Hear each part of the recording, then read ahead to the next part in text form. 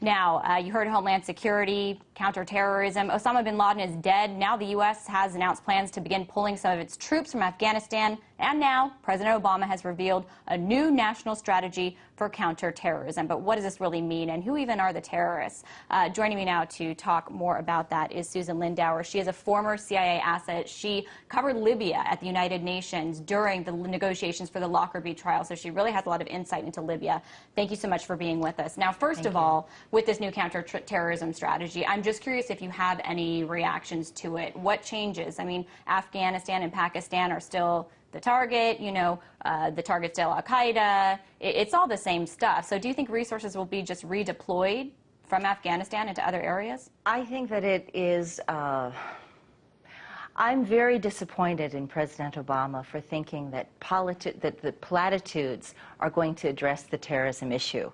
What I see us doing is creating more terrorism through our policies in Libya and Yemen. I think that our actions speak louder than words. That adage holds true on anti-terrorism.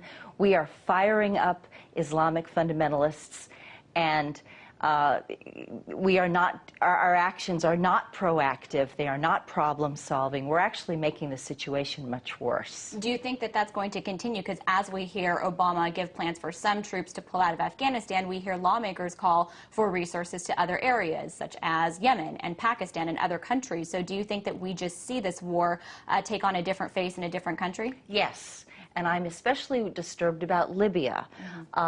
The United States is pulling troops out of Afghanistan so that we can go into Libya. And what my documentation is showing, as an asset, as a former asset, I have extremely good ties and knowledge and depth of resources inside Libya today.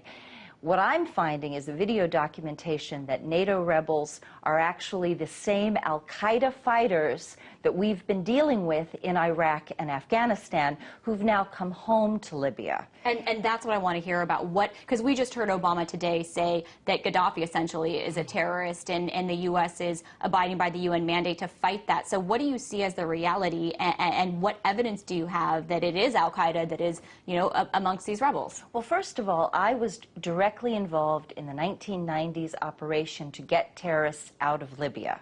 And I can assure you that all terrorists were removed from Libya by about 1998, 1999. Since then, Gaddafi, by the way, was the first government to inform Interpol about Osama bin Laden.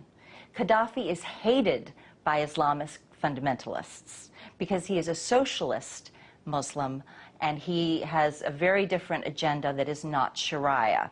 Gaddafi has a very strong record on women's rights. Women have the right to education, hold property, divorce, hold jobs, have income, many rights that other women in the Arab world do not have. So he is a moderate, and he is not involved in any terrorism at all. That is absolutely foolishness. So then do you see the United States' role in backing the rebels actually making the fight in the war on terrorism against al-Qaeda worse?